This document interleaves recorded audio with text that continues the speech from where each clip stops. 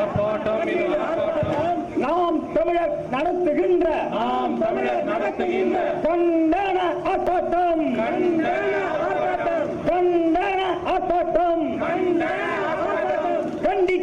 கண்டிக்கின்றோம் சரவணன் படுகொலையை கண்டிக்கின்றோம் சீமான் தம்பிகள் கண்டிக்கின்றோம் சீமான் தங்கைகள் கண்டிக்கின்றோம் விடமாட்டோம்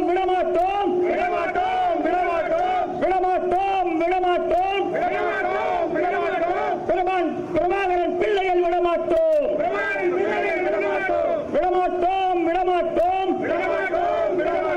பிரபாகரன் பிள்ளைகள் விடமாட்டோம். மத்திய அரசே மாநில அரசே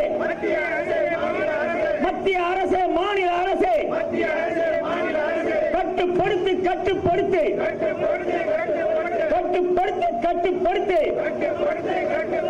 அண்டை மாநிலத்தோர் வருகையை கட்டுப்படுத்து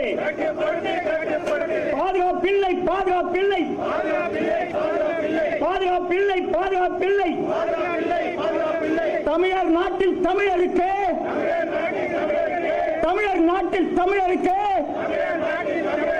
பாச்சிலம் குழந்தைக்கும் பெரியவர்களுக்கும் பாதுகாப்பில்லை பெண்களுக்கும் சிறுமியருக்கும் பாதுகாப்பில்லை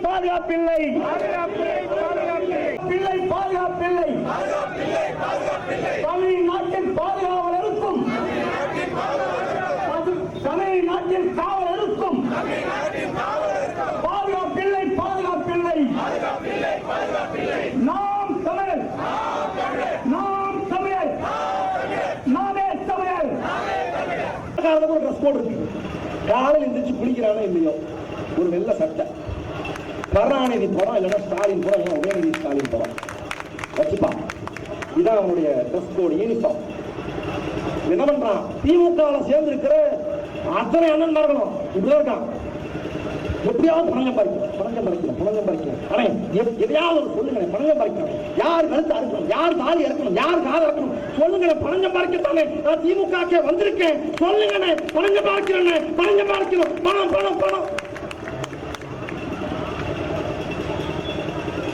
கவனமா இருக்கணும். எங்க பெற்றோர்கள், எங்க அம்மாமார்கள், அக்காமார்கள் இந்த திமுகவின் பொறுப்பாளர் உங்க பக்கத்தில் நிற்பான். கவனமா இருக்கணும். குரங்களையை கடிச்சிருவான். அவ்வளவு வெளியில இருக்கான். இந்த காஞ்ச மாடு கம்பளம் மூந்த மாதிரி வெளியில இருக்கான். இங்க புதுசா கட்சியில் இணைவாங்க. திமுக மாற்று கட்சியிலிருந்து திமுகவில் இணையும் நிகழ்வு, மாற்று கட்சியினர் திமுகவில் இணையும் நிகழ்வும் நீ நல்லா பாருங்க. மூஞ்சியில எல்லாம் பாரு. எவனாவது இழிச்சவாயம் கிடைச்சான்னா குரலையை கடிச்சுவான். இப்ப இப்படி ஒரு கூட்டம் உருவாயிடுச்சு. இப்ப இதுக்கு என்னடா பண்றது? இவர்களுக்கு சம்பாதிக்கணும். இவர்கள் வருமானத்திற்கு என்ன வழி செய்வதுன்னு தான் கிட்னி உருவுற ஒரு பாசறையை ஐயா ஸ்டாலின் தொடங்கிட்டார். என்ன ஆயிடுச்சு? குமாரபாளையம், பள்ளிபாளையம், நாமக்கல் மாவட்டத்தில் இருக்கிற குமாரபாளையம், பள்ளிபாளையம் பகுதிகள் ஏழை எளிய மக்கள், நெசவு செய்யக்கூடிய தொழிலாளர்கள், எளியவர்கள், உன்னை போல என்னையும் போல ரத்தமும் செவையும் இருக்கக்கூடியவர்கள், வாழ வழி இல்லாமல் ஏழ்மையில் இருக்கக்கூடியவர்களை காசு ஆசை காட்டி, பணத்தாசை காட்டி கிட்னியை உருவுறான். கிட்னியை உருவனவன் திமுகவின் பொறுப்பாளர். 100க்கும் மேற்பட்டவர்களிடம் நாமக்கல் மாவட்டம், குமாரபாளையம், பள்ளிபாளையத்தில் மட்டும் 100க்கும் மேற்பட்டவர்களிடம் கிட்னியை திருடியிருக்கிறார்கள். திருடனவன் பேரு திராவிட ஆனந்த். அவன் திருடாமல் இருந்தாலும் நம்ம ஆச்சரியம் பண்ணோம். அப்ப கிட்னியை திருடிட்டான். இந்த கிட்னி திருட்டில் ஈடுபடுவதற்கு புரோக்கர் வேலை செஞ்சவன் தான் திராவிட ஆனந்த். ஆனால் கிட்னி திருட்டை முழுக்க நடத்தியது, அரங்கேற்றியது திராவிட முன்னேற்ற கழகத்தின் சட்டமன்ற உறுப்பினராக இருக்கக்கூடிய மண்ணச்சநல்லூரின் சட்டமன்ற உறுப்பினர் கதிரவன் தான். கதிரவனுக்கு சொந்தமான மருத்துவமனையில் தான் கிட்னி திருட்டு நடந்திருக்கிறது. கிட்னிக்கான அறுவை சிகிச்சை அந்த மருத்துவமனை நடந்திருக்கு. திருச்சியில் KN நேருவுக்கு சொந்தமான சித்தாரா மருத்துவமனை, KN நேருவின் பினாமி மருத்துவமனை, அந்த மருத்துவமனையில் கிட்னி திரட்டு நடந்திருக்கிறது. இதெல்லாம் நடந்துருச்சு. பத்திரிகையாளர்கள் கேள்வி கேட்கிறாங்க. இதற்கு முழுக்க முழுக்க பொறுப்பேற்க வேண்டியது சுகாதாரத்துறை. அப்ப சுகாதாரத்துறை அமைச்சரிடம் கேள்வி கேட்கப்படுது. அப்போ ஐயா மா சுப்பிரமணியம் சுகாதாரத்துறை அமைச்சர் என்ன சொல்றாரு தெரியுமா? நீங்கள் திருட்டுன்னு சொல்லக்கூடாது, வேற எப்படி சொல்லணும், முறைகேடுன்னு சொல்லணும்.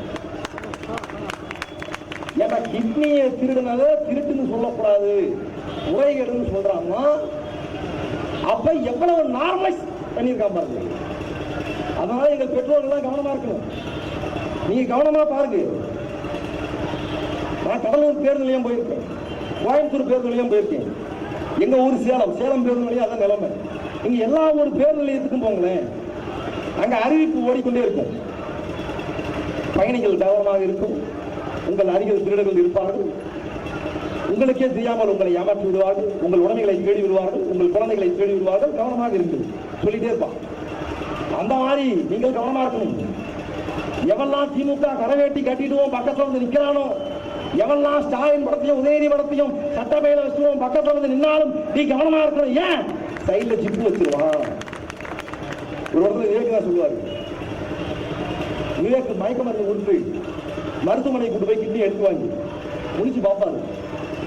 என்னடா சைட்ல ஜிப்பு வச்சிருக்கீங்க, அந்த மாதிரி ஆயிடுச்சு, ஜிப்பு வச்சு விடுவான். அப்ப கவனமா இருக்கணும். இப்ப என்ன ஆயிடுச்சு, இது திருட்டு இல்ல முறைகேடு. இப்ப இந்த முறைகேடுகளை செய்த மருத்துவமனை மண்ணச்சநல்லூர் சட்டமன்ற தொகுதி உறுப்பினராக இருக்கக்கூடிய கதிரவனுக்கு சொந்தமான மருத்துவமனை, KN நேருவுக்கு பினாமி சொந்தமாக சொந்தமாக இருக்கிற திருச்சி சித்தாரா மருத்துவமனை, இதற்கெல்லாம் தமிழ்நாடு அரசு ஐயா ஸ்டாலின் அவர்கள் இரும்புக்கான் கொண்டு ஒரு தண்டனை கொடுக்கிறார். என்ன தண்டனை தெரியுமில்ல? சித்தாரா மருத்துவமனையும் அந்த தனலட்சுமி மருத்துவமனையும் இனிமே உறுப்பு மாற்று அறுவை சிகிச்சை செய்யக்கூடாது. அறுவை சிகிச்சையே செய்யக்கூடாதுங்கிறது இல்ல, உறுப்பு மாற்று அறுவை சிகிச்சை செய்யக்கூடாது. அதுவும் எத்தனை ஆண்டுகளுக்கு எத்தனை மாதங்களுக்கு அதெல்லாம் சொல்லல. இப்போதைக்கு அறிவிப்பு இதுதான் தண்டனை. இதுதான் அவர்கள் கொடுத்திருக்கிற திராவிட மாடல் அரசு கொடுத்திருக்கிற தண்டனை. இது எப்படி இருக்கு தெரியுங்களே? இதே விவேக் தான் ஒரு ஐசியூல சொல்லுவாரு. விவேக் அப்பா நாட்டாமையா இருப்பாரு. விவேக் ஒரு தப்பு பண்ணிடுவார், ஊர் மக்கள்லாம் கூடி கொந்தளிப்பான். உங்க பிள்ளை தப்பு மேல தப்பு பண்றாரு, நீங்க அவருக்கு கடுமையான தண்டனை கொடுக்கணும். உடனே நாட்டாம பார்ப்பாரு, இன்னையில இருந்து 10 நாளைக்கு நீ ட்ரௌசர் போடக்கூடாது ஒரு தண்டனை. எங்க அப்பா எவ்வளவு தண்டனை, அந்த மாதிரி நீ ட்ரௌசர் போடக்கூடாதுங்கிற மாதிரி ஒரு தீர்ப்பு மாதிரி சித்தாரா மருத்துவமனையும் கதிரவனுக்கு சொந்தமான மருத்துவமனையும் உறுப்பு மாற்று அறுவை சிகிச்சை செய்யக்கூடாது. இதுதான் அதிகபட்சமாக அவர்களுக்கு கொடுக்கப்பட்டிருக்கிற தண்டனை. இங்கே சாதாரணமாக கடந்து போறாங்க. கிட்னி தானே, ஒண்ணு போனா இன்னொன்னு இருக்கு, கடந்து போறாங்க. கிட்னி மாற்று அறுவை சிகிச்சை செய்ய வேண்டும் என்றால் இந்த நாட்டில் ஒரு நடைமுறை இருக்கிறது. உன் சொந்த ரத்தம், உன் பிள்ளை உடன் பிறந்தார் பெற்றோர் இவர்களுக்கு நீ கிட்னியை தானமாக சிறுநீரகத்தை தானமாக கொடுக்க வேண்டும் என்றால் கூட நீங்கள் இந்த சட்ட திட்டங்களை கடைபிடிக்கணும். என்ன உறுப்பு மாற்று அறுவை சிகிச்சைக்கென்று ஒரு ஆணையம் இருக்கிறது. தமிழ்நாட்டில் 3 இடங்களில் இயங்குகிறது. சென்னை, கோயம்புத்தூர், மதுரை. இந்த அமைப்பிடம் நீங்கள் போய் அனுமதி வாங்கணும். அந்த அமைப்பு உடனே அனுமதி கொடுக்க மாட்டான். ஏறத்தாழ 4 மாதங்கள் உங்களுக்கு கவுன்சிலிங் கொடுப்பான், ஆலோசனை கொடுப்பான். நீ உன் நம்பிக்கை சிறுநீரகம் கொடுக்கிறதால உனக்கு ஏற்படக்கூடிய பாதிப்பு என்ன தெரியுமா, பின்விளைவு என்ன தெரியுமா, உன் உடல்நிலையின் நிலை என்ன தெரியுமா, உன் உடலில் சர்க்கரை அளவு என்ன தெரியுமா, உன் உடலில் பிரஷர் என்ன தெரியுமா, உன்னுடைய வருவாய் என்ன, உன்னுடைய குடும்ப சூழல் என்ன, நாளைக்கு உனக்கு ஒரு சிக்கல் என்றால் உன்னால பொறுத்துக் கொள்ள முடியுமா, உன்னால் சிகிச்சை பார்த்துக் கொள்ள முடியுமா? இப்படி 4 மாதங்கள் ஆலோசனை கொடுப்பான், கவுன்சிலிங் கொடுப்பான். அதற்கு பின்னால் ஒரு உறுதிமொழி ஆணையரிடம் அந்த உறுப்பு மாற்று அறுவை சிகிச்சைக்கு தானம் செய்யக்கூடிய அந்த சிறுநீரகம் தானம் செய்யக்கூடிய ஒரு நபரில் அவருடைய குடும்பத்தில் இருக்கக்கூடிய அத்தனை பேரும் அந்த உறுதிமொழி ஆணையர் முன்னால வந்து, இதோ எங்கள் குடும்பத்தில் இவன் எனக்கு தம்பியாகிறான், இவன் எனக்கு மகனாகிறான், இவன் எனக்கு சித்தப்பனாகிறான், இவன் உறுப்பு மாற்று அறுவை சிகிச்சை செய்வது எங்களுக்கு தெரியும், இவன் செய்வது எங்களுக்கு எந்த விதமான முரணும் இல்லை, நாங்கள் ஒப்புக்கொள்கிறோம், நாளைக்கு இதனால் எந்த பின்விளைவு வந்தாலும் நாங்கள் பொறுப்பேற்கிறோம். இப்படி இந்த நடைமுறை இருக்கிறது.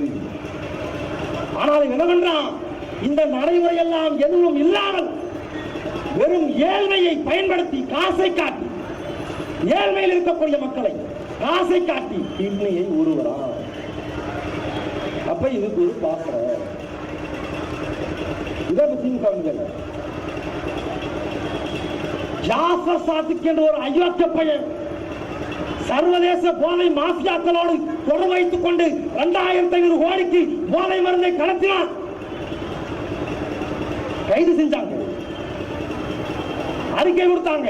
இதுவரைக்கும் 2500 கோடிக்கு போதை மருந்து கடத்தப்பட்டிருக்கிறது, அறிக்கை வந்தது.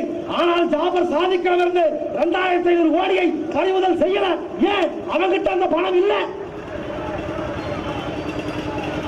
அப்போ ஜாஃபர் சாதிக் கடத்திய 2500 கோடி பணம் எவன் வீட்டில் இருக்காது? இந்த கேள்விக்கு யார பதில் இருக்காது? இது அந்த வடலூர் மண்ணிலிருந்து சீமான் தம்பிகள் பகிரங்கமாக குற்றச்சாட்டு வைக்கிறோம். ஜாஃபர் சாதிக்கை பயன்படுத்தி 2500 கோடிக்கு போதைப் பொருள் கடத்தியது உதயநிதி ஸ்டாலின் தான். இருக்க முடியுமா? அந்த 2500 கோடி ஸ்டாலின் வீட்டில் தான் இருக்கு. அப்போ இப்படி ஒரு அரசியலை இவர்கள் செய்து கொண்டிருக்கிறார்கள். உங்களுக்கு ஒரு செய்தி தெரியுமா? கடந்த சில 2 நாட்களுக்கு முன்னால் தமிழ்நாட்டில் ஏறத்தாழ 200 அரசு பள்ளிகள் இழுத்து மூடி இருக்கிறது இந்த திராவிட மாடல் அரசு. இன்னொரு கூடுதல் செய்தி என்ன தெரியுமா?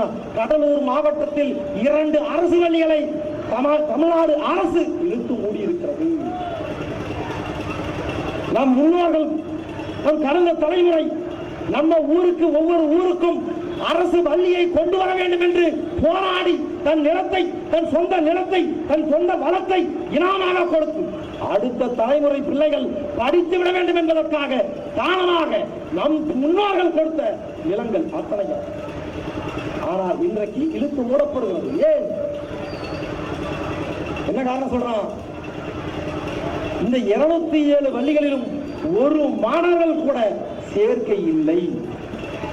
கடலூரில் 2 அரசு பள்ளியில் ஒரு மாணவர்கள் கூட சேரவில்லை. அதனால் கடலூர் மாவட்டத்தில் 2 அரசு பள்ளிகளை திராவிட அரசு, ஸ்டாலின் அரசு இழுத்து மூடி இருக்கிறது. காரணம் சொல்றான். அரசு பள்ளி மாணவர்களுக்கு ஏற்கனவே மதிய சத்துணவு திட்டம் உணவு போடுறான், உணவு கொடுக்கிறான். ஜெயலலிதா இருந்தபோது மடிக்கணினி கொடுத்தாங்க, சைக்கிள் கொடுத்தாங்க. இப்ப ஐயா ஸ்டாலின் வந்த பிறகு திராவிட மாடல் அரசு பெண் பிள்ளைகளுக்கு, மாணவர்களுக்கு மாதந்தோறும் 1000 ரூபாய் காசு கொடுக்கலாம். இதெல்லாம் போக போதாக்குறைக்கு காலை உணவு திட்டம், காலை உணவு திட்டம் என்ற பேரில் காலையில் சோறு போடுறான். ஆனால் இத்தனை சலுகையும் கொடுத்த பின்னாலும் கடலூரில் 2 அரசு பள்ளிகளில் ஒரு வய சேரல பள்ளியை எடுத்த மூடலாம். என்றைக்காவது ஒரு நாள் எங்கள் பெற்றோர்கள் ஏன் சிந்திச்சிருக்கீங்களா? நீங்க ஏன் என்று சிந்தித்ததுண்டா? தமிழ்நாட்டில் ஏறத்தாழ 34,000 பள்ளிகள் இயங்குகிறது. தொடக்கப்பள்ளி, நடுநிலைப்பள்ளி, மேல்நிலைப்பள்ளி 34,000 பள்ளிகள் இயங்கிக் கொண்டிருக்கிறது. ஆண்டொன்றுக்கு தமிழ்நாடு அரசு சட்ட இழப்ப 34,000 கோடியை ஆண்டொன்றுக்கு பள்ளி கல்வித்துறைக்கு நிதி ஒதுக்குகிறது. உன் வரிப்பணம், என் வரிப்பணம், உன் உழைப்பு, என் உழைப்பு, நம் வரிப்பணத்தை 34,000 கோடியை பள்ளிகளுக்கு, பள்ளி கல்வித்துறைக்கு ஒரு ஆண்டுக்கு ஒதுக்குகிறது தமிழ்நாடு அரசு. அப்படி பார்த்தால் இந்த வடலூர் வட்டத்துக்கு உட்பட்ட ஒவ்வொரு அரசு பள்ளி, தொடக்கப்பள்ளி, மேல்நிலைப்பள்ளி, நடுநிலைப்பள்ளிக்கும் ஆண்டொன்றுக்கு 1 கோடி நிதி ஒதுக்கப்படுகிறது. 1 கோடி ரூபாய் ஆண்டொன்றுக்கு ஒரு பள்ளிக்கு செலவழித்தால் அந்த பள்ளியின் தரம் எப்படி இருக்க வேண்டும்? ஏன் மாணவர்கள் அங்கே வந்து சேரல? ஏன் மாணவர் சேர்க்கை பள்ளிகளில், அரசு பள்ளிகளில் இல்லை? தமிழ்நாட்டில் அரசு பள்ளிகளில் படிக்கக்கூடிய மாணவர்களின் எண்ணிக்கையை காட்டிலும் தனியார் பள்ளிகளில் படிக்கக்கூடிய மாணவர்களின் எண்ணிக்கை அதிகம். தனியார் பள்ளி நிறுவனங்கள் பல லட்சங்களை சுரண்டான். ஆனாலும் நம் பெற்றோர்கள், நம் உடன் பிறந்தார்கள், நம் அக்காமார்கள், அம்மாமார்கள் ஆட்ட விட்டு, காட்ட விட்டு, காதல் இருக்கிற தோடையும் தொங்கட்டானையும் விட்டு எப்படியாலும் என் பிள்ளைக்கு தரமான கல்வியை கொடுத்து விட வேண்டும் என்கிற நோக்கத்தில் தனியார் பள்ளியில கொண்டு போய் சேர்த்து. ஆனால் இந்த அரசு பள்ளிக்கு ஆண்டொன்றுக்கு 1 கோடி ரூபாய் ஒரு பள்ளிக்கு ஒதுக்குறான். அது என்ன ஆனது என்று எவரும் சிந்திப்பதில்லை. ஏன் மாணவர் சேர்க்கை இல்லை? அங்கே ஆசிரியர் பற்றாக்குறை, மாணவர்களுக்கு பெண் பிள்ளைகளுக்கு அவசரத்துக்கு ஒதுங்குவதற்கு கழிவறை இல்லை, கழிப்பறை இல்லை, பாடத்தை எடுப்பதற்கு ஆசிரியர் இல்லை, ஆசிரியர் மக்கள் இல்லை, பள்ளி வாசலில் பள்ளி நுழைவாயில் கஞ்சா விற்கா, போதைப் பொருள் விற்கா. அரசு பள்ளிக்கு போனா நம்ம பிள்ளையும் கஞ்சா போடுவான், கஞ்சா போட்டு போதைப் பொருளுக்கு அடிமையாமா. அந்த அச்சம் அரசு பள்ளி மாணவர்கள் கஞ்சா போடுறான், கஞ்சா பயன்படுத்துறான். அந்த காலத்தால நம் வீட்டு பெண் பிள்ளைகளை அரசு பள்ளிக்கு அனுப்புவதற்கு அஞ்சுகிறோம். அந்த அச்சம். அப்படி என்றால் திட்டமிட்டு அரசு பள்ளியின் கட்டமைப்பை சிதைத்தவர்கள் இதே அயோக்கியர்கள், திமுக அதிமுக தலைவர் மக்கள். இவர்கள் தான்.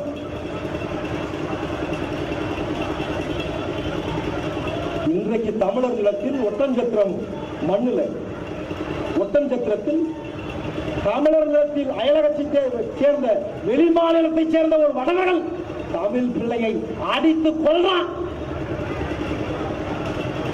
கடந்த வாரம், ஒரு வாரத்துக்கு முன்னால கும்மிடிப்பூண்டியில் வெறும் 6ஆம் வகுப்பு படிக்கக்கூடிய பச்சிளம் குழந்தையை வட மாநிலத்தைச் சேர்ந்த ஒரு அயோக்கிய மொல்லமாறு கற்பழிச்சு பாலியல் வன்புணர்வுக்கு உட்படுத்தினான். தொடர்ந்து வெளிமாநிலத்தைச் சேர்ந்தவர்கள் கஞ்சா கடப்பு, ஏடிஎம் கொள்ளை, வங்கி கொள்ளை, கழுத்தறுப்பு, தாலி அறுப்பு, செயின் அறுப்பு, இப்படி ஆயிரக்கணக்கான குற்றங்கள் நாளொன்றுக்கு நடந்து கொண்டே இருக்கிறது. நடந்தே இருக்கு.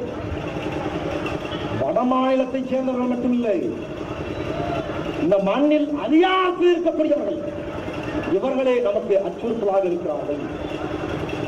நம் வீட்டில் நம் பெண் பிள்ளைகளை இரவு 8 மணிக்கு மேலே வெளியே அனுப்ப முடியல, அச்சமாக இருக்கிறது. வேலைக்கு சென்று விட்டு இரவு 8 மணிக்கு மேல 9 மணிக்கு மேல பெண் பிள்ளைகள் வீட்டிற்கு வருவதற்கு அச்சமாக இருக்கிறது. விருதுநகர் மாவட்டத்தில் திமுகவை சேர்ந்த, திமுகவில் மாணவர் வாசனை இளைஞர் இருந்த திமுகவின் அயோக்கியர்கள் விருதுநகர் மாவட்டத்தில் ஒரு இளம் பெண்ணை காதலிப்பதாக ஏமாற்றி, காதலிக்க வந்தானே, மனமுடிக்க போறவன் தானே என்ற நம்பிக்கையில் நெருக்கமாக இருந்ததை அதை காட்சிப்படுத்தி படம் பிடித்து அந்த பெண்ணை மிரட்டி திமுகவில் இருக்கக்கூடிய ஏறத்தாழ 10க்கும் மேற்பட்ட வல்லவாரி பையன், அயோக்கிய பையன் அந்த பெண்ணை பாலியல் வன்புணர்வுக்கு உட்படுத்தி சீரழித்தான். இதே திமுக பெண் பிள்ளைகளை அனுப்ப முடியவில்லை, கல்லூரிகளுக்கு அனுப்ப முடியவில்லை, பள்ளிகளுக்கு அனுப்ப முடியல. கல்லூரியில் பாடம் எடுக்கக்கூடிய பேராசிரியை, நம் பெண் பிள்ளைகள், நம் பிள்ளைகளுக்கு கல்வி கற்றுக் கொடுக்க வேண்டிய, கற்க வேண்டிய பேராசிரியை நிர்மலா தேவி என்கிற ஒரு பேராசிரியை நம் வீட்டு பொண்ணுகிட்ட பேசுறா, பிள்ளைகளை பேசுறா. நீங்கள் படிக்கலனாலும் ஒன்றும் சிக்கல் இல்லை, பிரச்சனை இல்லை. உங்ககிட்ட பணம் இல்லைனாலும் ஒன்றும் பிரச்சனை இல்லை, நீங்க தொடர்ந்து படிக்கலாம். ஆனால் நான் சொல்லக்கூடிய பெரிய மனிதர்களிடம் நீங்கள் கொஞ்சம் அட்ஜஸ்ட் பண்ணி படுத்தீங்கன்னா உங்களால பெரிய இடத்துக்கு வர முடியும். நான் உங்களை கூட்டிட்டு போறேன்னு பேசுறான் ஒரு கல்லூரி பேராசிரியர். பள்ளிகளில் படிக்கக்கூடிய நம் பெண் பிள்ளைகளை ஏழ்மையை பயன்படுத்தி சீரழிக்கக்கூடியவர்கள் இதே திமுக தலைவர்கள், அதிமுக தலைவர்கள். மறுக்க முடியுமா? அந்த நிர்மலா தேவி தன்னிடம் படித்த மாணவிகளிடம் ஏழ்மையை பயன்படுத்தி காசு பணம் காட்டி மயக்கி எந்த திமுக தலைவரிடம், எந்த அதிமுக தலைவரிடம், எந்த பாரதிய ஜனதா தலைவரிடம், எந்த அயோக்கியருக்கு கூட்டி கொடுத்தா? யார் பதில் சொல்ற? இதுவரைக்கும் நிர்மலா தேவியின் வழக்கு விசாரணையாக நிர்மலா தேவி துவக்க, ஆனால் அந்த குற்றத்தில் நேரடியாக தொடரக்கூடிய அரசியல் தலைவர்கள் எவனாவது ஒருத்த இதுவரைக்கும் கைது கொள்ள நடவடிக்கை இல்லை. அப்ப வாக்கு செலுத்தி அதிகாரத்தை கொடுத்து எவன் நமக்கு அதிகாரத்தை கொடுத்தானோ அவன் வீட்டு பிள்ளையை கற்பழிக்கக்கூடிய அயோக்கியர்கள் திமுக தலைவர்களும் அதிமுக தலைவர்களும் என்பதை நீங்கள் புரிந்து கொள்ளணும். காசு கொடுத்தா போதும் நினைக்கிறேன், காசு கொடுத்தா போதும். அதிமுக அதிகாரத்தில் இருந்த போது என்ன இதேதான். இப்ப நாங்க என்ன சொல்றோம்? தமிழர் நிலத்தில் தமிழ் பிள்ளைகள், பெண் பிள்ளைகள் இரவு 8 மணிக்கு மேல தெருவில் நடக்க முடியல. அச்சமாக இருக்கிறது. அதுவும் குறிப்பாக திமுக பொறுப்பாளர் இருக்கக்கூடிய தெருவில் நம் பிள்ளைகள் நடக்க முடியல, அச்சமாக இருக்கிறது. மறுத்து பேசு. இந்த மறுக்கக்கூடிய திமுக இருக்கிற எங்க அக்காமார்கள் தங்கைமார்கள் எவராவது நீங்க திமுக தான் ஓட்டு போட்டுருக்கீங்க, திமுக தானே இருக்கு. இங்க திமுக பொறுப்பாளர் இருக்கிற தெருவில், திமுக நிக்கிற தெருவில் உன் பிள்ளைய அப்ப அவ்வளவு மோசமான அவலமான நிலை இருக்கு. இப்ப நாங்க என்ன சொல்றோம், இந்த தமிழர் நிலத்தில் ஒரு மானத்தமிழன் அதிகாரத்தில் அன்றைக்கு இதே தமிழர் நிலத்தில் தெருக்களில் என் பெண் பிள்ளைகள், எங்கள் வீட்டு பிள்ளைகள் வேலைக்கு சென்று விட்டு இரவு 8 மணி இல்ல 12 மணிக்கு கூட தெருவில் இறங்கி நடப்பார்கள்.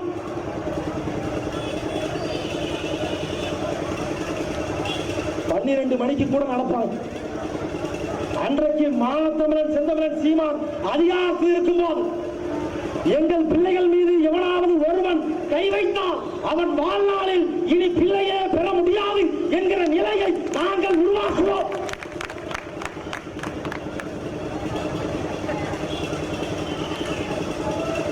அதுக்கு ஒரு மானத்தமிழன் அதிகாரத்தில் இருக்கணும். இங்கே உடனே சில அறிவாளிகள் தமிழர் நிலத்தில் தமிழர் தான் அதிகாரத்தில் இருக்க வேண்டும். நாம் தமிழ் கட்சியின் கோட்பாடு தத்துவம், தமிழர் நிலத்தை இங்கு யார் வேண்டுமானாலும் வாழலாம், ஆனால் தமிழர் நாங்கள் தான் ஆளுவோம். இது எங்கள் நோக்க தத்துவம். இங்க உணவு இருக்கு. அப்படி பார்த்தா எடப்பாடி பழனிசாமி தமிழர் தானே, பச்சை தமிழர், புரட்சி தமிழர். அவர் ஆட்சியில் இல்லையா?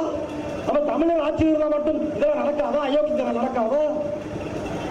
சில அறிவாளிகள் கேட்கிறான், எடப்பாடி பழனிசாமியை நாங்கள் மான தமிழனாக ஏற்கல, அது குரூப்ல டூப்பு, அது குரூப்ல டூப்பு.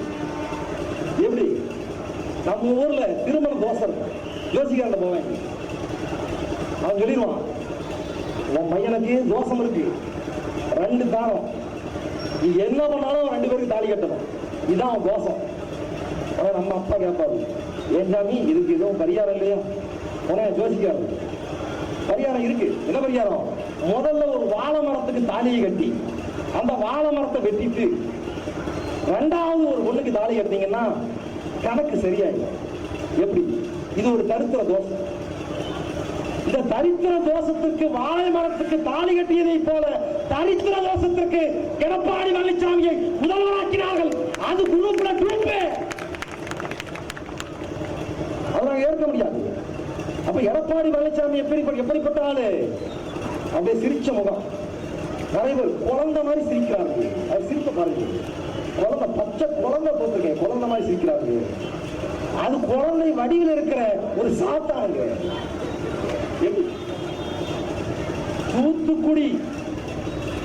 தூத்துக்குடியில் நடந்த போராட்டத்துக்கு 13 தமிழர்களை நாயை சுடுவதை போல சுட்டு வீழ்த்தியவர் தான் எடப்பாடி பழனிசாமி. தன் உரிமைக்காக, தன் மண்ணின் வளம் காப்பதற்காக போராடியவர்களை சுட்டு வீழ்த்திவிட்டு நான் செய்தியை பார்த்து தான் தெரிந்து கொண்டேன் என்று பேசியவர் எடப்பாடி பழனிசாமி. இன்றைக்கு திமுக ஆட்சியில் இருக்கிற அத்தனை அயோக்கியத்தனமும் வல்லவாரித்தனமும் ஊழலும் லஞ்சமும் வழக்கொள்ளையும் அத்தனையும் அதிமுக ஆட்சியில் இருந்தது. வாக்குக்கு எவனெல்லாம் காசு கொடுக்கிறானோ அவன் அத்தனை பேரும் அயோக்கியன். அதை எங்கள் பெற்றோர்கள் நீங்கள் புரிந்து கொள்ள.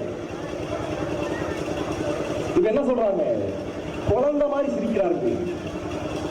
கவுண்டமணி ஒரு படம் சொல்லுவாரு, திருமதி பழனிசாமி நினைக்கிறேன், சத்யராஜ் பத்தி. பழனிசாமி அது எப்படி அத்தனை அயோக்கியத்தனமும் பண்ணிட்டு குழந்தை மாதிரி சிரிக்க முடியுது? அந்த மாதிரி குழந்தை மாதிரி சிரிக்கிறார்கள். விஷம். அப்ப முழுக்க முழுக்க நிர்வாக சீர்கேடு. இந்த மண்ணில் அத்தனை துறைகளிலும் ஊழல், கொலை, கொள்ளை, லஞ்சம் இது இல்லாமல் இந்த திராவிட மாடல் அரசு இல்லை. இதுதான் அடிப்படை. இந்த அடிப்படையில் தான் இந்த அரசு இயங்கிக் கொண்டிருக்கிறது. தமிழ்நாட்டில் ஊழலின் போற்றுவாய் யார் என்று தெரியுமா உங்களுக்கு? தமிழ்நாட்டில் முதலாக ஏடுகளில் ஊழல் ஊழல் என்று திரும்ப திரும்ப அச்சு செய்ய வைத்த பெருமை ஐயா கருணாநிதிக்கு தான் உண்டு. முன்னால் பேசியவர்களோட சொன்னாங்க, கருணாநிதி எப்பேற்பட்ட தலைவர் தெரியுமா? 1967 பொதுப்பணித்துறை அமைச்சர் ஐயா கருணாநிதி. அப்ப பொதுப்பணித்துறை அமைச்சராக இருந்த போது கூவம் நதியை சுத்தம் செய்வதற்காக 6 கோடி நிதி ஒதுக்கினார் ஐயா கருணாநிதி. அன்றைக்கு கூவம் நதி எப்படி இருந்தது? பரிசல்ல பயணம் செய்து கொண்டிருந்தார்கள் மக்கள். பரிசலில் பயணம் செய்யும் அளவுக்கு தூய்மையாக இருந்தது அன்றைக்கு 1967. அந்த நதியை கூவம் நதியை தூய்மைப்படுத்துவதற்காக 6 கோடியை பொதுப்பணித்துறை அமைச்சர் கருணாநிதி நிதி ஒதுக்கினார். நிதி ஒதுக்கி 6 மாதமான, ஆனால் கூவம் நதி தூய்மைப்படுத்தப்படல, சுத்தம் செய்யப்படல. குற்றச்சாட்டு. சட்டமன்றத்தில் கம்யூனிஸ்ட் சட்டமன்ற உறுப்பினர்கள் கேள்வி எழுப்புறாங்க. கருணாநிதி பொதுப்பணித்துறை அமைச்சர் அவர்களே, 6 கோடி நிதி ஒதுக்கி 6 மாதம் ஆகுது, கூவம் நதியில் எந்த வணிகம் நடக்கிற 6 கோடி என்ன ஆச்சு? ஐயா கருணாநிதி அவர்கள் ரொம்ப அமைதியாக பதில் சொன்னார். இன்னும் 2 நாளில் இதற்கான அறிக்கையை நான் கொடுக்கிறேன் சொன்னார். 2 நாள் கழித்து சட்டமன்றம் கூடியது. கம்யூனிஸ்ட் சட்டமன்ற உறுப்பினர்களுக்கு கருணாநிதி பதில் சொன்னார். கூவம் நதியை தூய்மைப்படுத்துவதற்கு 6 கோடி நிதி ஒதுக்கியது உண்மைதான். ஆனால் கூவம் நதியில் ஏராளமான முதலைகள் இருக்கிறது, அதனால் தூய்மைப்படுத்த முடியல என்று பதில் சொன்னார். உடனே கம்யூனிஸ்ட் சட்டமன்ற உறுப்பினர் எதிர்கள் எழுப்பினார். அது எப்படி இத்தனை ஆண்டு காலம் இல்லாத முதலை இப்போது கூவம் நதியில் வந்திருக்கும் என்று கேள்வி கேட்டார். உடனே கருணாநிதி சொன்னார், கூவம் நதியில் முதலை இருக்கிறது உண்மைதான், சந்தேகம் இருந்தால் நீங்கள் இறங்கி வாருங்க அப்படின்னா. உடனே கம்யூனிஸ்ட் தலைவர் நாளைக்கே இறங்குறார். உடனே பக்கத்தில் இருந்த ஒருத்தர், இறங்கிறாத, கூவம் நதியில முதலை இல்ல, கருணாநிதி போய் தான் சொல்றான், ஆனா நீ இறங்குறன்னு தெரிஞ்சா கருணாநிதியே முதலையை இறக்குவான். எப்படி தோற்றுவாய், ஊழலில் தோற்றுவாய் கருணாநிதி. இந்த கருணாநிதி வாரிசுகளின் ஆட்சி முறை எப்படி இருக்கு? கடந்த ஆண்டுங்க கோயம்புத்தூர்ல வெள்ளூர்னு ஒரு ஊர், அந்த வெள்ளூரில் ஒரு பஞ்சு மில்லுல தீ பிடிச்சிருச்சு. மில்லுல தீ பிடிச்சு 11 நாட்களாக தமிழ்நாடு அரசு போராடுது, தீயணைப்புத்துறை போராடுது, பேரிடர் மேலாண்மை குழு போராடுது, தீயை அணைக்க முடியல. வளர்ந்த நாடுகள்ல, ஐரோப்பிய நாடுகள்ல, பல நாடுகள்ல எப்பேற்பட்ட தீயா இருந்தாலும் 24 மணி நேரத்தில் அணைச்சிடலாம். ஆனா இவன் 11 நாளா ஒரு மில்லுல ஏற்பட்ட தீயை அணைக்கிறான், அணைச்சிட்டே இருக்கான். இப்ப அது செய்தி இல்ல, என்ன செய்தி? 11 நாட்களாக அந்த வெள்ளூர் மில்லில் ஏற்பட்ட தீயை தமிழ்நாடு அரசு முயற்சி செய்து, பயிற்சி செய்து, குட்டிக்கரணம் அடித்து அணைத்தது. இது என்ன? 11 நாட்களாக தீயை அணைத்ததற்கான செலவு என்று ஒரு பட்டியல் கொடுக்கிறார். கோவை மாநகராட்சியில் பட்டியல் கொடுத்தார்கள், அறிக்கை கொடுத்தார்கள். தீயணைப்பதற்கான செலவினங்கள் என்னவென்று 11 நாட்களில் தீயணைப்புத்துறை அதிகாரிகள், காவல்துறை அதிகாரிகள், பேரிடர் மேலாண்மை குழு அதிகாரிகள் என்று ஏறத்தாழ 100 பேர் அந்த பணியில் ஈடுபட்டிருக்காங்க. அந்த 11 நாட்களில் அந்த 100 பேருக்கு டீ காபி வாங்கி கொடுத்ததற்கு 3 கோடி செலவாயிருக்கிறது. இது திமுக அரசின் அறிக்கை. எதுக்கு? 100 பேருக்கு 11 நாளைக்கு டீ காபி வாங்கி கொடுக்க 3 கோடி செலவாயிருக்கிறது கோவை மாநகராட்சி திமுக. அந்த தீயணைப்பு பணியின் போது அந்த 100 அதிகாரிகளுக்கு முகக்கவசம் வாங்கியதற்கு 50 லட்சம் செலவாயிருக்கிறது. எதுக்கு? முகக்கவசம் வாங்கினதுக்கு 50 லட்சம். இப்படி கிட்டத்தட்ட அந்த தீயை அணைப்பதற்கு கோவை மாநகராட்சி 12 கோடியை செலவழித்திருக்கிறது. அறிக்கை மில்லு ஓனரை அயோக்கிய பயிலே மில்லே 12 கோடி இருக்காதேடா. எப்படி அந்த மில்லே 12 கோடி இருக்காது? அந்த மில்லுல தீயை அணைப்பதற்கு 12 கோடி நிதி கருணாநிதியின் வாரிசுகள். அப்ப இப்படி வரான் ஐயா ஸ்டாலின் அவர்கள் நடைபயிற்சி போறாரு, தொலைக்காட்சியில் காட்டுறாங்க. போகும்போது கையில ஒரு குச்சி வச்சிருக்காரு. நாங்க சிந்திக்கிறோம், எதுக்காக இந்த குச்சி வச்சு போறாரு? கொஞ்சம் பெரிய குச்சியா இருந்தா கூட ஊனி போலாம், கைத்தடியா இருந்தா கூட நடக்க முடியலன்னா ஒரு சப்போர்ட்டுக்கு ஊனி போலாம், தாங்குதலா இருக்கும். எதுக்காக இந்த குச்சியை எடுத்துட்டு போறாருன்னு நான் கூட நல்லா சிந்திச்சேன். அது அவங்க பரம்பரை குச்சிங்க ஸ்டாலின் அவர்கள் கையில ஒரு கோல் வச்சிருக்காரு பாருங்க, அது அவங்களுடைய வம்சாவளியாக அவர்கள் பயன்படுத்தக்கூடிய பரம்பரை கோல். அது என்ன கோல்? ஆண்டாண்டு காலமாக இந்த நிலத்தில் திருடர் குலத்தில் இருக்கக்கூடிய அத்தனை திருடர்களும் வம்சாவளியாக திருடுவதற்கு கண்ணக்கோலை பயன்படுத்துவார்கள். அந்த கண்ணக்கோலின் குறியீடுதான் ஸ்டாலின் கையில் இருக்கக்கூடிய கண்ணக்கோல். அவர் சுதாரிக்க சொல்றாங்க, கண்ணக்கோலோட வர்றேன். அப்ப அப்படி நம்ம உடல் நம்ம தாய்மார்கள், எங்க அக்காமார்கள், எங்க அம்மாமார்கள் பல பேர் 1000 ரூபாய் தராது. 1000 பேசு ஸ்டாலினுக்கு மாதம் 1000 ரூபாய் தராது. என் அக்கா பல பேர் மாதம் 1000 ரூபாய் வருது, மகிழ்ச்சியில் இருக்காங்க, அப்படியே கொந்தளிக்கிறாங்க. 1000 ரூபாய், இந்த 1000 ரூபாய் வச்சு இந்தியாவே வல்லரசு ஆகிடும். அப்படி ஒரு கனவு அவங்க. இது எப்படி இருக்கு தெரியுங்களே? ஒரு பழைய திரைப்படம், நாகேஷ் என்ன பண்ணுவாரு, பயங்கரமான பசி, காசு இருக்கா, நடந்து போயிட்டே இருப்பார். தெருவோரங்கள்ல நிறைய உணவகங்கள் இருக்கும், காசு இருக்க. அப்படியே போயிட்டு இருக்கும்போது பார்ப்பாரு, கீழே ஒரு 5 பைசா இருக்கு. அந்த 5 பைசா கிடைச்சிருச்சு, இதை வச்சு நம்ம டீ குடிக்கலாம். எப்படியே கஷ்டப்பட்டாலும் 5 ரூபாய் எடுத்து சட்டப்பையில போடுவார். அவர் சட்டப்பை ஓட்டையா இருக்கும், போட்டு 5 பைசா திரும்ப கீழே வந்துடும். அது அவருக்கு தெரியாது. திரும்ப 2 அடி எடுத்து வைப்பாரு, இன்னொரு 5 பைசா, இன்னொரு 5 பைசா இருக்கு, திரும்ப எடுத்து உள்ள போடுவார், ஓட்டை கீழே விழுந்துடும். 2 அடி எடுத்து வைப்பாரு, இன்னொரு 5 பைசா, இன்னொரு 5 பைசா எடுத்து போட்டுட்டு, இப்ப நம்மகிட்ட 3 ரூபா இருக்கு, உணவகத்துக்கு போய் உணவு வாங்குவோம், சாப்பிடுவோம், போய் உணவகத்தை சாப்பிட்டு சட்டப்பையை தெரிந்தா காசு இருக்கா, கணக்காரன் புறணையிலேயே அடிப்பான். அந்த மாதிரி 1000 ரூபாய் நம்ம கணக்கில் போடுறதா எங்கள் பெற்றோர்கள், எங்கள் அம்மாமார்கள் நீங்கள் நம்பிக்கொண்டிருக்கிறீர்கள். உங்களுக்கு 1000 ரூபாயை கொடுத்துவிட்டு இவர்கள் 10,000 கோடியை டாஸ்மாக் வழியாக ஐயா ஸ்டாலின் சுரண்டிக் கொண்டிருக்கிறார் என்பதை எங்கள் பெற்றோர்கள் நீங்கள் உணர்ந்து கொள்ளணும். உங்களுக்கு 1000 ரூபாயை மாதம் கொடுத்துவிட்டு மின் கட்டணத்தை மாதம் 1000 ரூபாயை சுரண்டிக் கொண்டிருக்கிறார் என்பதை எங்கள் பெற்றோர்கள் நீங்கள் உணர்ந்து கொள்ளணும். தமிழ்நாடு மின்சார வாரியத்துறை, மின் வாரியத்துறை 1.5 லட்சம் கோடி கடனில் இயங்கிக் கொண்டிருக்கிறது. தமிழ்நாடு அரசு போக்குவரத்து கழகம் ஏறத்தாழ 50,000 கோடி நஷ்டத்தில் இயங்கிக் கொண்டிருக்கிறது, கடனில் இயங்கிக் கொண்டிருக்கிறது. அப்போ 1000 ரூபாய் யார் கேட்டாங்க? யார் கேட்டாங்க? எங்கள் வீட்டிலிருந்து எங்க அக்கானாக, எங்க அம்மாமார்கள் யார் தெருவில் வந்து போராடலாம்? எங்களுக்கு 1000 ரூபாய் தேவையில்லை. எங்கள் ஊரில் இருக்கக்கூடிய, எங்கள் வடலூரில் இருக்கக்கூடிய அரசு பள்ளிகளை, எங்கள் கடலூர் மாவட்டத்தில் இருக்கக்கூடிய அரசு பள்ளிகளை தனியார் பள்ளிகளுக்கு நிகரான தரமான கல்லூரிகளாக மாற்றி எங்கள் பிள்ளைகளுக்கு தரமான கல்வியை இலவசமாக கொடு. இதுதான் எங்கள் தாய்மார்கள், எங்கள் பெற்றோர்கள், மாணத்தமிழர்கள் நீங்கள் கேட்டிருக்க வேண்டிய கேள்வி இதுதான்.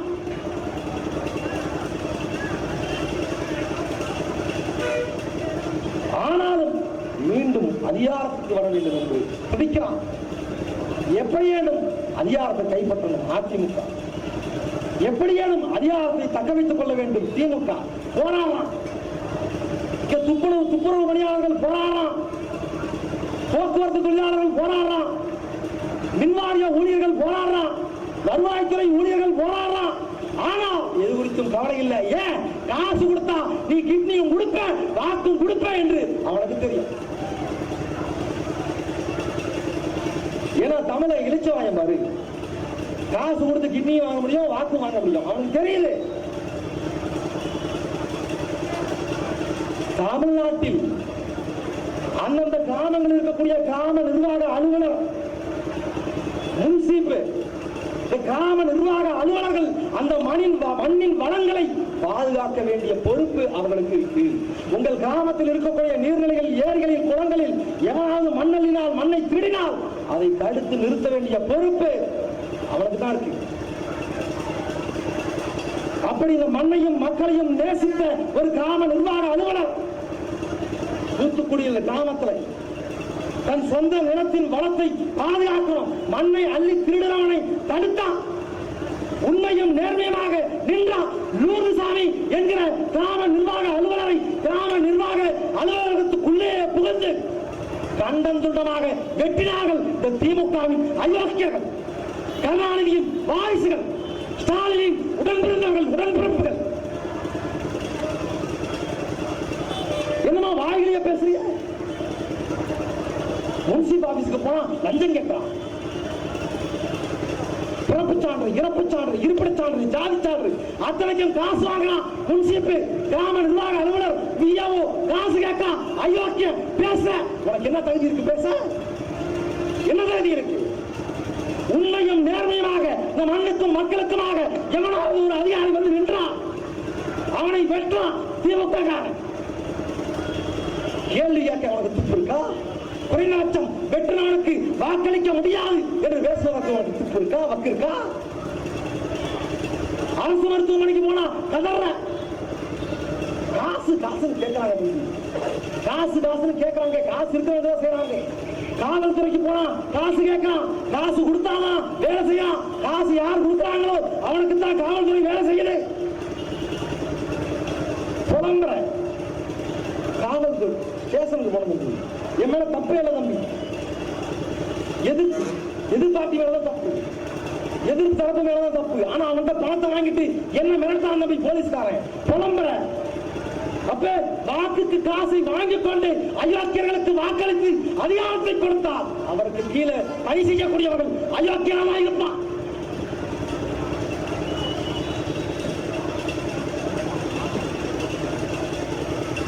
இந்த உலகில் இருக்கக்கூடிய ஆட்சி முறைகளில் குறைந்தபட்சம் வேணும் நியாயமான ஆட்சி முறை மக்களாட்சி முறைதான், ஜனநாயக ஆட்சி முறைதான் குறைந்தபட்ச நியாயமான ஆட்சி முறை என்று பிரிட்டனின் தந்தை வின்ஸ்டன் சர்ச்சில் சொன்னார். அப்படி உலகம் முழுக்க ஏற்றுக்கொண்ட ஜனநாயக தத்துவ முறை ஆட்சி மக்களாட்சி முறை இந்த நாட்டில் நடக்குதா? உலகின் ஆகப்பெரும் ஜனநாயக நாடு மக்களாட்சி நாடு என்று பெருமை வைத்துக் கொள்கிற இந்த நாடு அப்படி நடக்குதா? அப்படி இருக்கா? தங்கத்தை எவரேனும் தவிட்டுக்கு விற்பார்களா என்று பேசினார் அறிஞர் அண்ணா. ஆனா இந்த வாக்கு காசு வாங்காம யார் வாக்களிக்கிறது? இதே வடலூர் மண்ணில் திமுக காரன் தேர்தல் வந்தபோது வீட்டுக்கு சென்று காசு கொடுத்தான். 500 ரூபாய், 1000 ரூபாய், 2000 ரூபாய் கொடுத்தான். அதிமுக காசு கொடுத்தான், பாரதிய ஜனதா காசு கொடுத்தான், காங்கிரஸ் காசு கொடுத்தான். நாம் தமிழர் ஒரு கட்சி மட்டும்தான் காசு கொடுக்காம தேர்தலில் நின்னோம். இப்ப அது செய்தி இல்ல. இதே வடலூர் மண்ணில் திமுகவும் அதிமுகவும் வீடாக இரவு 10 மணிக்கு மேல கதவை தட்டி காசு கொடுத்தான். இந்த வடலூர் மண்ணில் இருக்கக்கூடிய எங்கள் சொந்தங்கள், எங்கள் உடன்பிறந்தார்கள் பல பேருக்கு காசு வாங்க மனம் இல்லை என்றாலும் எங்க இவன் கொடுக்கிற காசை வாங்கலன்னா அவன் நம்ம எதிரின்னு நினைச்சிருவானோ என்கிற அச்சத்தில் நிறைய பேர் காசு வாங்கியிருக்க.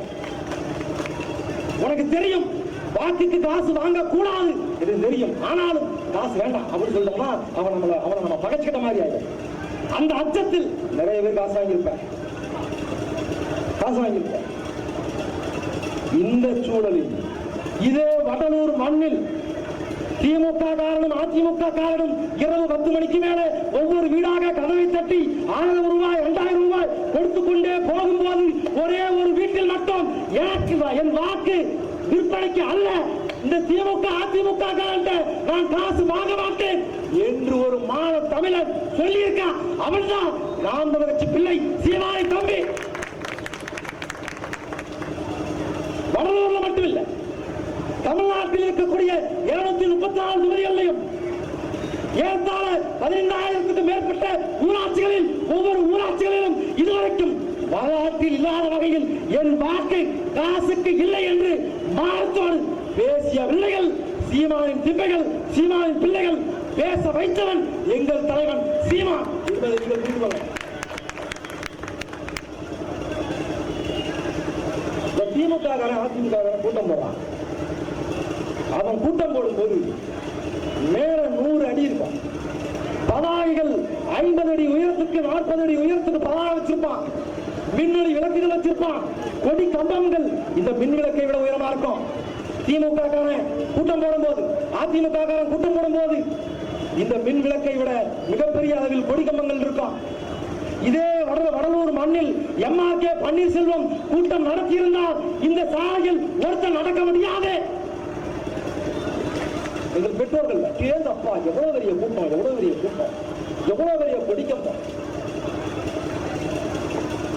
எங்கள் பெற்றோர்கள் நீங்கள் ஒன்றை புரிந்து கொள்ளவும்,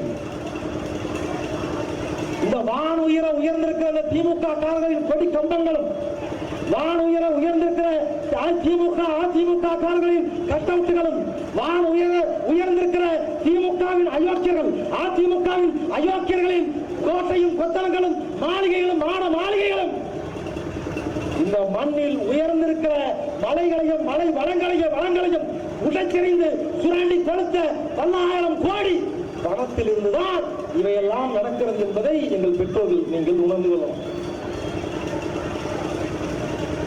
இப்போ இந்த நேரத்தில் சீமானின் தம்பிகள் இதையே நம்ம பதிவு பண்றோம். ஏன் பதிவு பண்றோம்? எங்கள் முன்னோர்கள் எங்களுக்காக விட்டு போன, எங்கள் இயற்கை தான் எங்களுக்காக கொடையாக அழித்து விட்டு போன வான் உயர்ந்து நின்ற மலைகளை எல்லாம் உடைத்து நொறுக்கி 10,000 கோடிகளை சுரண்டி கொடுத்து எப்படி கோட்டை கொத்தளங்களை நீங்கள் கட்டி வைத்திருக்கிறீர்களோ அதை ஒரு நாள் நாம் தமிழர் அரசு இந்த மண்ணில் அமையும். இங்கே பறக்கிற இந்த புலிக்கொடி குமரி முதல் கடாரம் வரை, ஈழம் முதல் இமயம் வரை பறந்த இதே புலிக்கொடி ஒரு நாள் செஞ்சாட்சி கோட்டையில் பறக்கும்.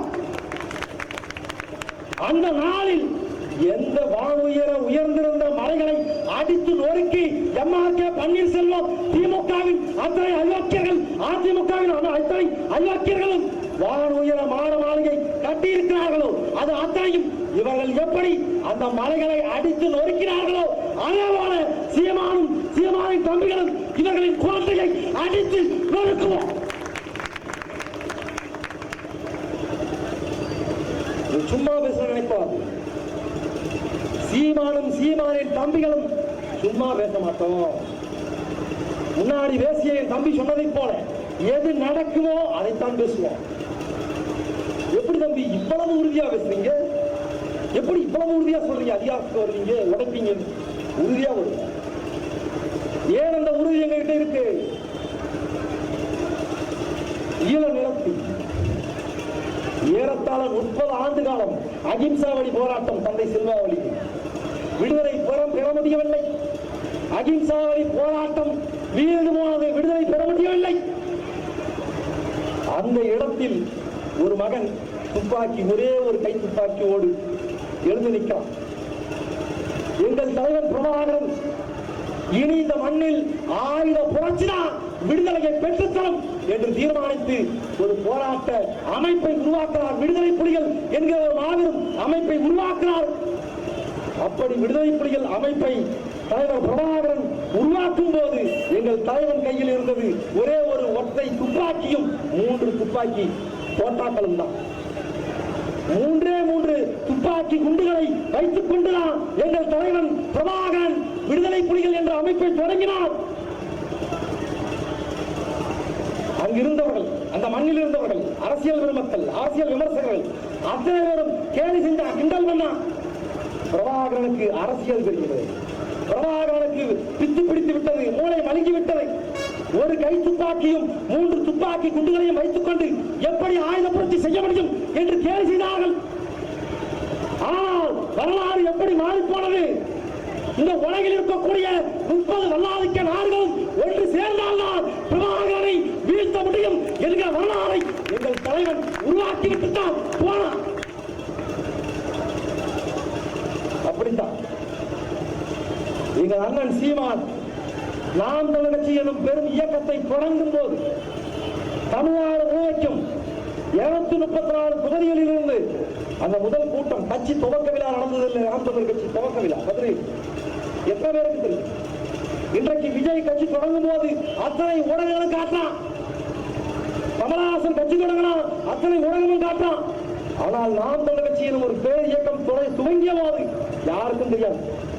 மதுரையில் நடந்த அந்த துவக்க விழாவுக்கு 234 தொகுதி தமிழ்நாட்டில் ஒவ்வொரு சட்டமன்ற தொகுதியில் இருந்தும் ஒரு சராசரியாக 3 கட்சிக்காரன் தான் கூட்டத்துக்கு போனா. அப்ப ஒரு சட்டமன்ற தொகுதியில் சராசரியாக 3 கட்சி நிர்வாகிகளை தான் எங்கள் அண்ணன் சீமான் வைத்திருந்தார் கட்சி தொடங்கிய போது. ஆனால் இன்றைக்கு வரலாறு எப்படி மாறி இருக்கிறது? எப்படி எங்கள் தலைவன் பிரபாகரனை வீழ்த்த வேண்டும் என்றால் இந்த நாட்டின் உலகில் இருக்கக்கூடிய 30 வல்லாதிக்க நாடுகள் சேர்ந்தால்தான் பிரபாகரனை எதிர்க்க முடியுமோ அப்படி இன்றைக்கு இந்த மண்ணில் சீமானை வீழ்த்த வேண்டும், எதிர்க்க வேண்டும் என்றால் இந்த மண்ணில் இருக்கக்கூடிய 30 கட்சிகளும் ஒருங்கிணைந்தால்தான் சீமானை எதிர்க்க முடியும் என்கிற வரலாறை எங்க அண்ணன் சீமான் இன்னைக்கு நிரூபித்தார். அந்த வழி வந்த பிள்ளைகள். அதனால் நான் சொல்றேன், உறுதியாக நாங்கள் வெல்லுவோம், உறுதியாக வெல்லுவோம். இது எங்க அண்ணன் சொன்ன மாதிரிதான். நாங்கள் ஒரு பெரும் கனவோடு பயணித்துக் கொண்டிருக்கிறோம். ஆல்பர்ட் ஐன்ஸ்டீன் சொன்னதை போல உங்களால் சுமக்க முடியாத ஒரு பெரும் கனவை நீங்கள் சுமந்து நெல்லுங்கள். அதுதான் இந்த உலகில் எல்லாவற்றையும் விட மேலானது. இந்த மண்ணின் ஆகப்பெரும் புரட்சியாளர் பகத்சிங் சுமந்த கனவு போல பசிக்கு அழாத குழந்தை, கல்விக்கு ஏங்காத மாணவன், வேலைக்கு அலையாத இளைஞன், இதுதான் என் கனவு இந்தியா என்று அவன் சொன்னதை போல ஒரு பெருங்கனவு. பசி, பஞ்சம், ஊழல், லஞ்சம், கொலை, கொள்ளை, சாதிய இழிவு, பெண்ணிய அடிமைத்தனம், சாதிய இழிவு, தீண்டாமை, மதுபத போதை, இவை ஏதுமற்ற ஒரு உண்மையும் நேர்மையுமான தமிழ் சமூகத்தை கட்டமைப்பது, உருவாக்குவது, இதுதான் எங்கள் நோக்கம், லட்சியம். இப்படி ஒரு பெரும் கனவோடு நாங்கள் நிற்கிறோம். இதுல என் அண்ணன் சொன்னதை போல எங்கள் பெற்றோர்கள், நீங்கள் எங்களுக்கு துணையாக இருக்கணும், வலிமை சேர்க்கணும். இதுல இடையில விஜய் வர்றாரு, ரஜினி வர்றாரு, கமலஹாசன் வர்றாரு, எவன் வந்தாலும் நாங்கள் ஏறி போயிட்டே இருக்கோம். எங்களிடம் இளைய பிள்ளைகளுக்கு நான் ஒரு செய்தியை சொல்லணும்னு நினைக்கிறேன். இந்த வடலூர் மண்ணில் இருக்கக்கூடிய இளைய தலைமுறை பிள்ளைகள், நீங்கள் இந்த செய்தியை உள்வாங்கணும். கமலஹாசன் கட்சி தொடங்கலாம், போஸ்டர் ஓட்டுற கொடி பிடிக்கிற. விஜய் கட்சி தொடங்கலாம், போஸ்டர் ஓட்டுற கொடி பிடிக்கிற. நாளைக்கு அஜித் கட்சி தொடங்கலாம், போஸ்டர் ஓட்ட நீ தயாராயிருக்க. உனக்கான தலைவனை நீ திரையில் தேடிக்கொண்டிருக்கிறாய். முதலில் தலைவன் என்றால் யார் என்று நீ புரிந்து கொள்ள. தலைவன் என்றால் யார் என்று புரிந்து கொள்ள. விஜய் என் உயிர் என்ற விஜய்க்காக நான் உயிரியா கொடுப்பேன் பேசுற. நான் ஒரே ஒரு கேள்விதான் முன்வைக்கிறேன். விஜய் 50 திரைப்படத்தில் நடிச்சிருக்காரு. விஜய் சிறு திரைப்படத்திலே நடிக்கல. விஜய் ஒரு திரைப்பட நடிகராக இல்லாமல் ஒரு மருத்துவராக, ஒரு பொறியாளராக ஏதோ பக்கம் பணி செய்திருந்தால் நீ விஜய்க்கு போஸ்ட் அடிச்சிருக்கியா? விஜய்க்கு பாலாபிஷேகம் செய்திருக்கியா? அப்ப நீ நேசிப்பது விஜயவோ, ரஜினிகாந்தையோ, விஜயகாந்தையோ, கமலஹாசனையோ, அஜித் குமாரையோ அல்ல. ஏன் இவனெல்லாம் திரையில் இல்லாமல் போனால் நாய் மதிக்காது. எங்கள் சமூகம், தமிழ் சமூகம் ஆண்டாண்டு காலமாக செவி வழியாக கதை கேட்டு வாழ்ந்த சமூகம். செவி வழியாக கேட்ட கதைகளை இயல், இசை, நாடகம் என்று வடிவமாக பார்க்கும்போது ரசிச்சோம். அந்த இயல், இசை, நாடகத்தின் நவீன வடிவமாக திரை வந்தவுடனே, இந்த திரைக்கலை வந்தவுடனே நாம் அதற்கு அடிமையானோம். இங்கே நீயும் நானும் எம்ஜிஆருக்கு அடிமை இல்ல. எம்ஜிஆரை நேசிக்கல, ரஜினிகாந்தை நேசிக்கல, விஜயகாந்தை நேசிக்கல, கமலஹாசனை நேசிக்கல, விஜயை நேசிக்கல, அஜித்தை நேசிக்கல. நீயும் நானும் நம் உயிருக்கு மேலாக நேசிப்பது அந்த இயல், இசை, நாடகத்தின் நவீன வடிவமான திரைக்கலை. அந்த திரைக்கலையை தான் நீயும் நானும் உயிருக்கு மேலாக நேசிக்கிறோம். நாம் உயிருக்கு மேலாக நேசிக்கிற திரைக்கலையின் ஊடாக எவன் வந்தாலும் அவனையும் நேசிக்க தொடங்கினோம். அதுதான் மிகப்பெரிய வரலாற்று கிளை.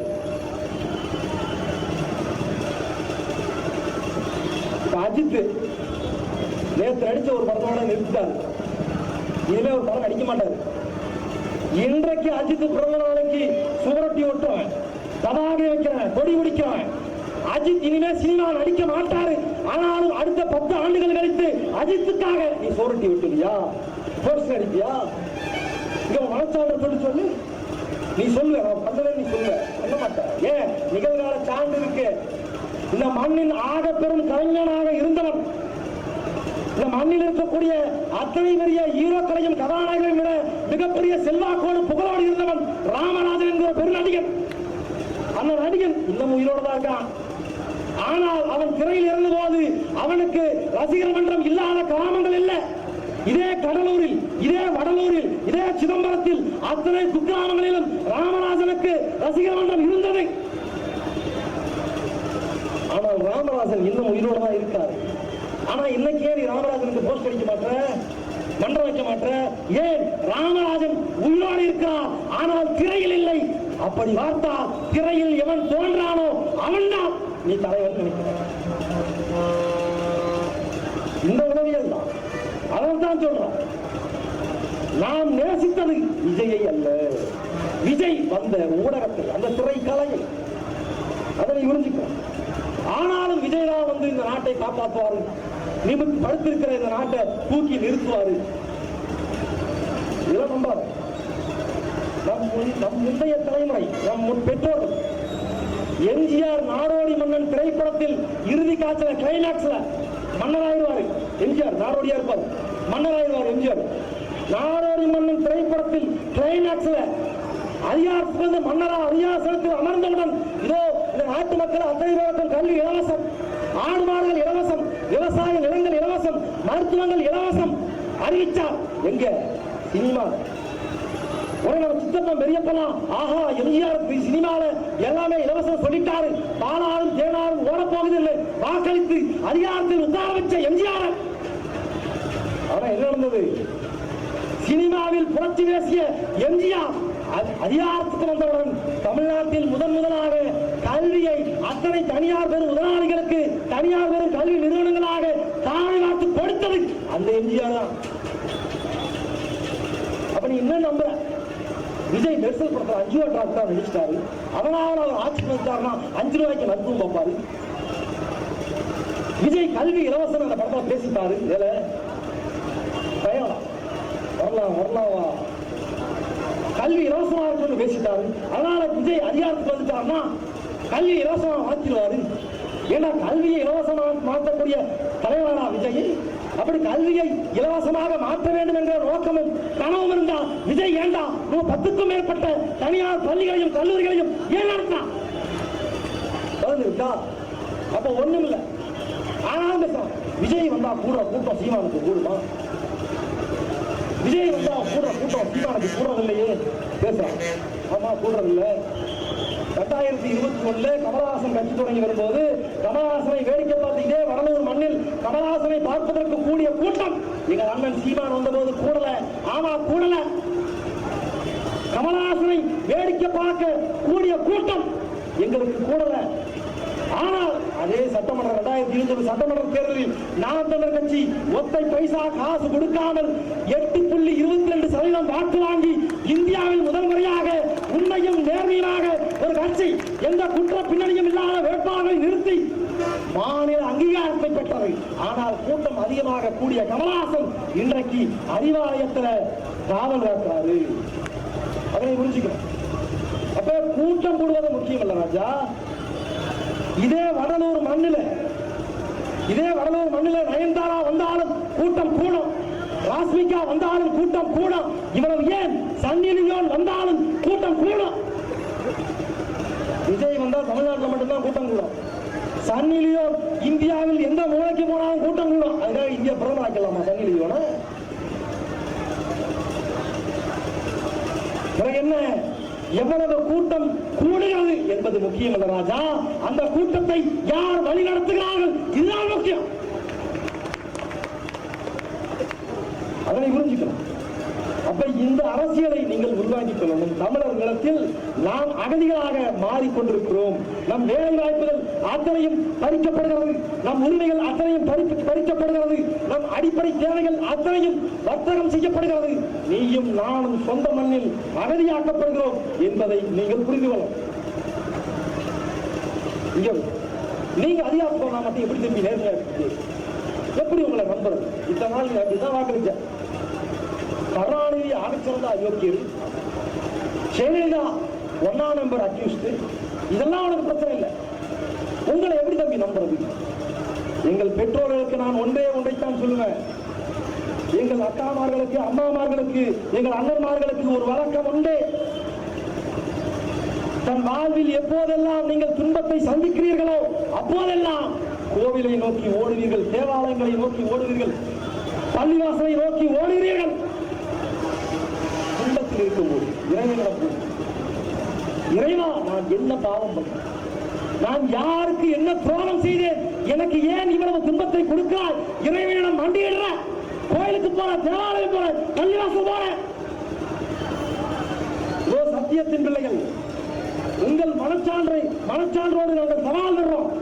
சத்தியத்தின் பிள்ளைகள் நாங்கள் இங்கே இத்தனை சிக்கல்களை பதிவு செஞ்சிருக்கோம். இந்த திமுக அதிமுக செய்யக்கூடிய அயோக்கியத்தனத்தின் உள்ளமாரித்தனத்தை இத்தனை பதிவு பண்ணிருக்கோம்.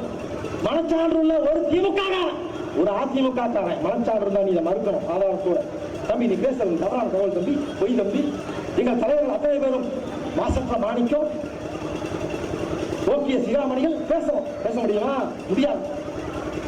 ஆனால் இத்தனை செய்திகளையும் உள்வாங்கிய பின்னாலும் நான் பரம்பரை திமுக தம்பி உதயசூரியனுக்கு தான் போடுவேன், நான் பரம்பரை அதிமுக தம்பி ரத்தளைக்கு தான் போடுவேன் என்று மீண்டும் மீண்டும் இந்த அயோக்கியர்களுக்கு வாக்களித்து நீங்கள் அதிகாரத்தை கொடுத்தீர்கள் என்றால் நீங்கள் மீண்டும் கோவிலுக்கு செல்லாதீர்கள், பள்ளிவாசலுக்கு தயவு செய்து செல்லாதீர்கள், தேவாலயங்களுக்கு தயவு செய்து செல்லாதீர்கள்.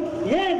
கடவுளிடம் போய் நான் யாருக்கு என்ன துரோகம் செய்தேன் என்று வேண்டுகிற தகுதியை எங்கள் பெற்றோர்கள் நீங்கள் இழந்து விட்டீர்கள். திமுகவுக்கும் அதிமுகவுக்கும் வாக்களித்து அதிகாரத்தை கொடுத்து நான் தன் சொந்த வயிற்று பிள்ளைகளுக்கு துரோகம் செய்த நீங்கள் இனி கடவுளிடம் வேண்டாதீர்கள், நான் யாருக்கு என்ன துரோகம் செய்தேன் வேண்டாத.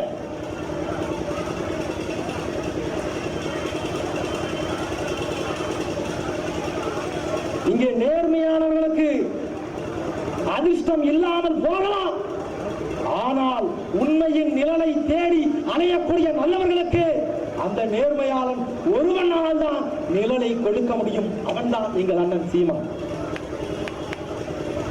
நாங்கள் உறுதியாக இருப்போம்.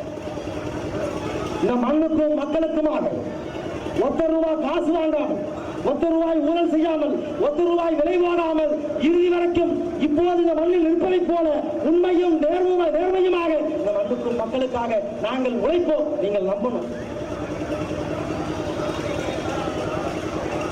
ஏன் நம்பணும்? ஏன் நாங்கள் இவ்வளவு உறுதியாக நிற்போம் என்று நீங்கள் நம்பணும்.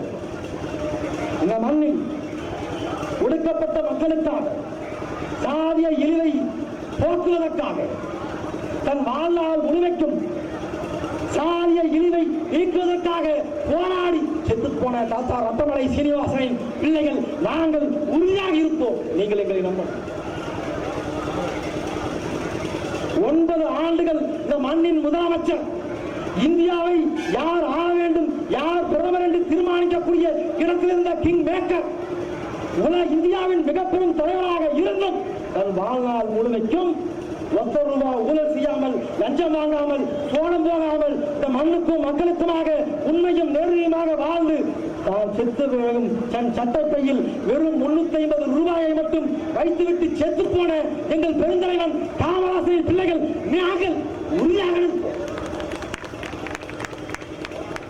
இந்த மண்ணின் ஆகப்பெரும் செல்வந்தனாக பிறந்து இன்னைக்கு நீ கடலூர்ல வடலூர்ல கப்பல் போல வீடு வச்சிருக்கான் பல பேரு. ஆனால் 1950க்கு முன்னாலேயே உண்மையாகவே கப்பல் விட்டவன் மிகப்பெரும் செல்வந்தன்.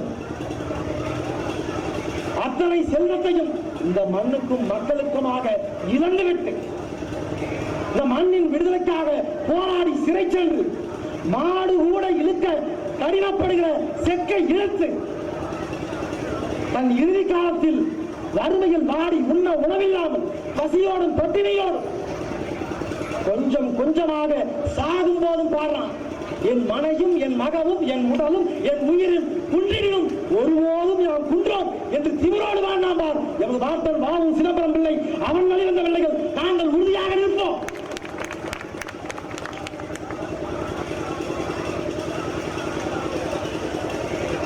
இந்த மண்ணில் இருந்து ஒத்தை பைசா அயலான் எவனுக்கும் வரியாக கொடுக்க முடியாது என்று திப்பு சுல்தானின் படையை மடக்கி இதோ சென்னி மலைக்கும் சிவன் மலைக்கும் நடுவே இந்த சின்னமலை நிற்கிறான் என்று ஒரு சொல், ஒத்த பைசாவை இந்த மண்ணின் வளத்தை நான் விட்டுக் கொடுக்க மாட்டேன் என்று இந்த சர்வதேச சமூகத்திற்கு பேரழிப்பு செய்த எங்கள் பெரும்பாட்டன் தீரன் சின்னமலைகளை பேரப்பிள்ளைகள் நாங்கள் உறுதியாக நிற்போம்.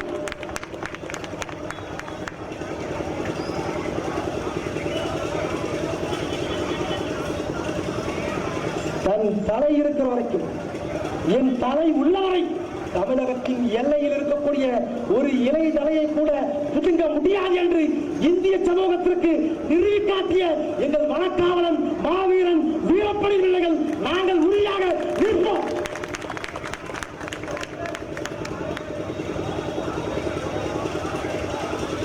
ஆயிரம் ஆண்டுகளுக்கு முன்னாலே 50,000 ஆண்டுகளுக்கு மூத்த நாகரிகத்தையும் வரலாற்றையும் கொண்ட தமிழ் பேரினத்தின் வரலாற்றை சர்வதேச சமூகத்தில் நிறுவியவன். குமரி முதல் பிரதானம் வரை, ஈழம் முதல் இமயம் வரை புலிக்கொடியை பறக்கவிட்டு தன் வாழ்நாளில் சந்தித்த ஒரு போரில் கூட தோல்வியை கண்டிராத ராஜா சோழன், அவன் மகன் ராஜேந்திர சோழனின் வழிவந்த பிள்ளைகள் நாங்கள் உறுதியாக வெல்வோம், உறுதியாக நிற்போம். எல்லாவற்றுக்கும் மேலாக நாம் வாழக்கூடிய சமகாலத்தில் சர்வதேச சமூகத்திற்கு தமிழகத்தின் வரலாற்றையும் வீரத்தையும் உலக அரங்கத்திற்கு நிறுவிவிட்டு தான் வீழ்ந்தாலும் சரி என் இனம் வாழ்ந்தால் போதும் என்று வாழ்நாட்டிய பிரபாகரின் பிள்ளைகள் நாங்கள் உறுதியாக வெல்வோம், உறுதியாக நிற்போம். புரட்சி எப்போதும் வெல்லும். அதை நாளை மலரும் நாம் தமிழர் அரசு சொல்லும். தமிழ் தாய் வாழ்க, தலைவர் பிரபாகரன் வாழ்க, நாம் தமிழர். முதலில் என் வணக்கத்தை என் தாய் தமிழ் உறவுகளுக்கு நான் தெரிவித்துக் கொள்கிறேன். இதுவரை நாங்கள் நடத்திய பொதுக்கூட்டத்தில் மாபெரும் கண்டன ஆர்ப்பாட்டத்திற்கு எங்களுக்கு பாதுகாப்பு கொடுத்த காவல்துறைக்கும், காவல்துறை எங்கள்கிட்ட வந்து கேட்டாங்க, நீங்க கண்டன பேரை சீக்கிரம் முடிச்சிருவீங்களா அப்படின்னு கேட்டாங்க. நாங்க சொன்னோம், சார் நாங்க சீக்கிரம் முடிச்சிடறோம் அப்படின்னு சொன்னப்ப, இல்ல வேற ஒரு பந்தோபஸ்துக்கு நாங்க போகணும்னு சொன்னாங்க. நீங்க போங்க சார், நாங்க எந்த பிரச்சனையும் பண்ண மாட்டோம், நாங்க பாத்துக்கிறோம்னு சொன்னோம். அந்த நம்பிக்கை எங்களுக்கு இருக்குமா? இருந்தாலும் எங்களுடைய கடமையை நாங்க சரியாக செய்ய வேண்டும் அல்லவா சொன்னாரு. அவருக்கும் இங்கு கடலூர் மாவட்ட 9 சட்டமன்ற தொகுதியிலிருந்து வந்திருக்கும் அனைத்து நிலை பொறுப்பாளர்களும் என் தாய் தமிழ் உறவுகளுக்கும் ஒளியை அமைத்துக் கொடுத்த அருள் ஆடியோ உறவுகளுக்கும், இங்கே சந்தையில் காய்கறி வாங்கி கொண்டிருக்கும் என் தாய் தமிழ் உறவுகளும், நீங்க காய்கறிகள் எல்லாம் வாங்கி கொண்டு போயிட்டு இருக்கீங்க, உங்க பைகளில் கொஞ்சம் போட்டுக்கோங்க. இங்கே நாம் தமிழ் பிள்ளைகள் மேடையில் பேசிக்கொண்டிருந்த கருத்துக்களை உங்கள் காதுகளில் போட்டுக்கொண்டு வீடுகளுக்கு சென்று வேண்டாத காய்கறிகளை வெளியே தூக்கி போடுவது போல திமுக அதிமுக கட்சிகளை எரித்துவிட்டு நாம் தமிழர் கட்சிகள் அந்த பிள்ளைகள் கூறிய கருத்துக்களை எல்லாம் நீங்கள் காதில் போட்டுக்கொண்டு வருகின்ற 2026 சட்டமன்ற தேர்தலில் நாம் தமிழர் கட்சியின் விவசாய சின்னத்திற்கு ஓங்கி உங்களுடைய ஒற்றை விரலால் வாக்கு செலுத்துங்கள். தமிழனை தமிழன் தான் ஆள வேண்டும் என்பதை நீங்கள் அனைவரும் தெரிந்து கொள்ளுங்கள். இந்த வருகை தந்த அனைத்து உறவுகளுக்கும் வாழ்த்துக்களும் நன்றிகளையும் குறிஞ்சிப்பாண்டி சட்டமன்ற தொகுதியின் சார்பாக தெரிவித்துக் கொள்கிறேன். நன்றி, வணக்கம். நாம் தமிழர்.